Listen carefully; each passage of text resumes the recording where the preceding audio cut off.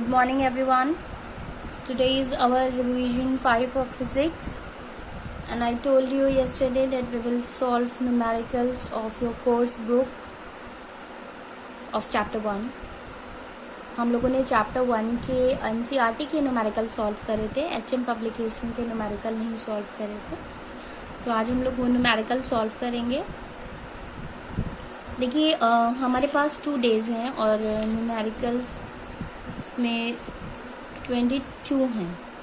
ठीक है, तो उसमें जो मेन इम्पॉर्टेंट है वो मैं आपको सॉल्व करा दे रही हूँ. बाकी के न्यूमेरिकल आप प्रैक्टिस कॉपी में प्रैक्टिस करिएगा. कोई प्रॉब्लम होगी तो समर वेकेशन के बाद मैं जिन न्यूमेरिकल्स में आप लोगों को प्रॉब्लम होगी, जो नहीं समझ में आएंगे, आप लोग मैसेज कर दिएगा.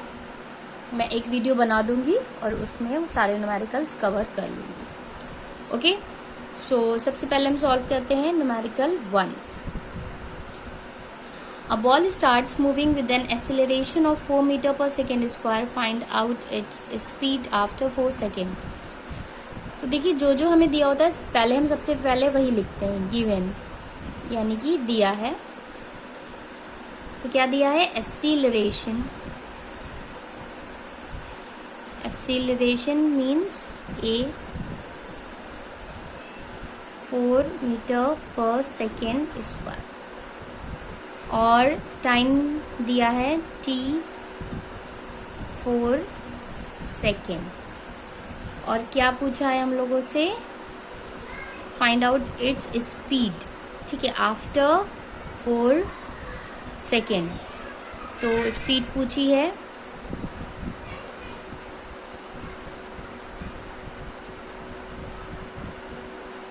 ओके, तो हम क्या फॉर्मूला लगाएंगे? First v is equal to u plus at. ठीक है, आपको नहीं दिया है u, इट मीन्स u क्या है? 0 है. तो v हमें निकालना है तो हम वैल्यू पुट करेंगे. तो कितना आ जाएगा v हमारा? 4 into 4 means 16 metre per second. That will be your answer. Okay. Now question number 2. Given जो है उसको पहले लिखेंगे. Body starts from rest means u दिया है 0. Acceleration 2 meter per second square. Velocity after 5 second. तो फर्स्ट इन्हीं ने क्या दिया है? टाइम दिया है 5 सेकेंड और हमसे वेलोसिटी पूछी है. ठीक है, वेलोसिटी स्पीड सेम चीज़ होती है, मैं आपको इससे पहले भी बता चुकी हूँ. तो अगर स्पीड पूछी है तो वो भी v से, वेलोसिटी पूछी है तो वो भी v से. बस डायरेक्शन का फ़र्क होता है. वेलोसिटी में डायरेक्शन होता है, स्पीड में नहीं होता. यानी अगर आप 20 मीटर पर सेकेंड से चल रहे हैं तो वो आपकी स्पीड है. अगर आप 20 मीटर पर सेकेंड से ईस्ट डायरेक्शन में चल रहे हैं तो वो आपकी वेलोसिटी है. तो हमें वेलोसिटी निकालनी है तो हम फॉर्मूला लगाएंगे. First equation of motion v is equal to u plus a t. u 0 है, a 2 है, टाइम 5 है. तो मल्टीप्लाई करेंगे तो क्या आ जाएगा? 2 5 जा 10. तो फर्स्ट पार्ट का आंसर होगा 10 metre per second. Okay, second part में पूछा है डिस्टेंस कवर्ड इन 5 सेकेंड. सो इसके लिए हम कौन सा फॉर्मूला लगाएंगे? हमारे पास u है, a है, तो s is equal to u t plus half a t square. Value put करेंगे. 0 इंटू 5 प्लस 1/2. a है 2, t है 5. तो ये 2 और ये 2 कैंसिल हो जाएगा. 0 5 0, 5 का स्क्वायर 25. तो distance travelled in 5th second will be 25 metre. That will be the answer of part 3. Third part क्या दिया है? Distance covered by the body while achieving velocity. Distance पूछी है अगर वेलोसिटी 40 मीटर पर सेकेंड हो जाए तो हम थर्ड इक्वेशन ऑफ मोशन लगाएंगे. v square is equal to u square plus twice of a s. तो v है हमारा 40, u है हमारा 0, ए है हमारा 2 और डिस्टेंस पूछा है, तो ये हो जाएगा 40 का square means 1600 is equal to 4s, या s is equal to 1600 upon 4 cancel करेंगे तो डिस्टेंस कितनी आ जाएगी 400 metre. That is your answer of part 3. Now we come on question number 3. A bicycle increases its speed from 10 to 15. तो u है 10 और v है 15 और टाइम दिया है 6 और पूछा क्या है एक्सीलरेशन यानी कि a.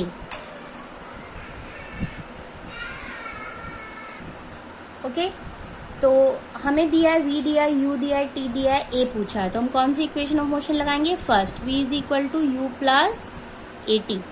v दिया है 15, a दिया है 10 और u दिया है 10, a नहीं दिया है पूछा है और t दिया है 6. तो ये हो जाएगा 15 minus 10 is equal to 6a, या 6 इज इक्वल टू 5 और a is equal to 5 upon 6.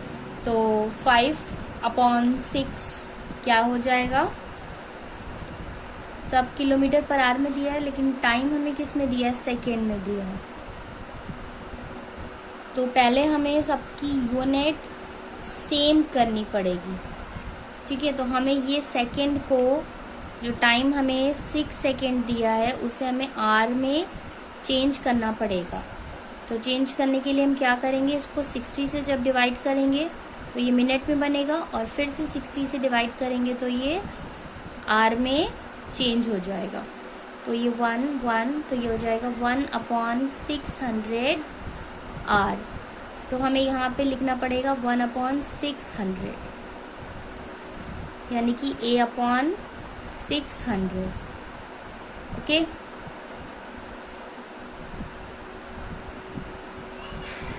तो अब क्या आ जाएगा, a/600 इज इक्वल टू 5 और a is equal to 5 into 600 multiply करेंगे तो ये आ जाएगा हमारा 3000 kilometre per hour square.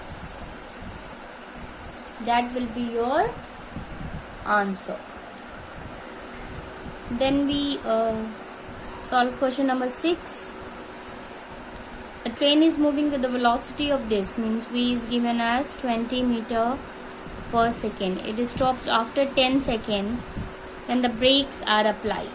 So whenever brake is applied, we are having not acceleration but retardation. So when the brakes will applied, then body will come to rest. So velocity will become 0, means this is given as initial velocity. U is equal to this and V is equal to 0 because brakes were applied. Okay, so we will use and what they are asking, retardation means negative acceleration. So we use first equation of motion, V is equal to U plus AT. V is 0, U is 20, A we need to calculate and T is 10. ये 20 इधर जाएगा, -20 हो जाएगा is equal to 10a और a is equal to -20 upon 10, 0 cancel. So a is equal to -2 metre per second square. Okay, so this minus sign indicates that it is retardation, यानी कि ये क्या है, मंदन है. Okay, so this will be your answer. Now question number 7. A car travels 30 kilometer at uniform speed of this, means distance is given 30 kilometer and speed is given as 40 kilometer per hour, and the next 30 kilometer at uniform speed of means S1 is this, V1 is this. S2 is 30 kilometer and V2 is 20 kilometer per hour. So they are asking to find average speed, and to find average speed first we need to calculate time t1 and then time t2. Why? Because average speed is equal to total distance upon total time. Distance तो दी है, time नहीं दिया. देखिए आपको जैसे इन्होंने यहाँ पर दिया है कि एक कार ट्रैवल करती है 30 किलोमीटर इस स्पीड से और नेक्स्ट 30 किलोमीटर इस स्पीड से. तो ये जर्नी होने में जब वो 30 किलोमीटर उसने 40 किलोमीटर पर आवर स्पीड से कवर किया है, कुछ टाइम t1 लगा होगा. इसी तरीके से ये जर्नी होने में टाइम t2 लगा होगा. हमें वो टाइम निकालना है. तो टाइम इज इक्वल टू क्या होता है? Time is equal to distance upon speed. तो time t1 is equal to distance s1 upon speed v1. तो क्या आ जाएगा यहाँ से आपका 30 अपॉन 40 यानी कि 3/4 आर. और यहाँ से t2 क्या आ जाएगा? S2 अपॉन V2 यानी कि 30/20 मीन्स 3/2 आर. तो टोटल डिस्टेंस कितनी हो जाएगी? Total distance is equal to S1 plus S2. 30 plus 30 is equal to 60 kilometre. Okay. और टोटल टाइम कितना हो जाएगा? Total time is equal to t1 plus t2. 3/4 plus 3/2. 3 plus 6 9/4 hour. ठीक है. तो टोटल डिस्टेंस हो गई 60 किलोमीटर, टोटल टाइम हो गया 9/4 hour. Now we calculate average speed और हम फॉर्मूला लगाएंगे. Average speed is equal to total distance upon total time. तो टोटल डिस्टेंस कितनी आई थी हमारी? 60 और टोटल टाइम कितना आया था? 9/4. अब ये 9/4 ऊपर जाएगा तो फ्लिप हो जाएगा 4/9 हो जाएगा. इससे कैंसिल हो रहा है आपका 3 से.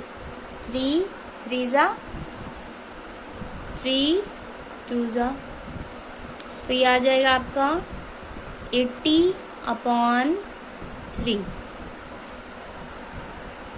जब आप इसको 3 से डिवाइड करेंगे तो ये आपका आएगा 26.666. Okay.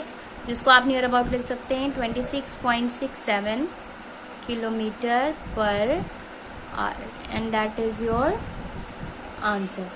Next few important questions of numericals we will solve in the tomorrow's revision. और उसके बाद आपकी समर वेकेशन स्टार्ट हो जाएंगी.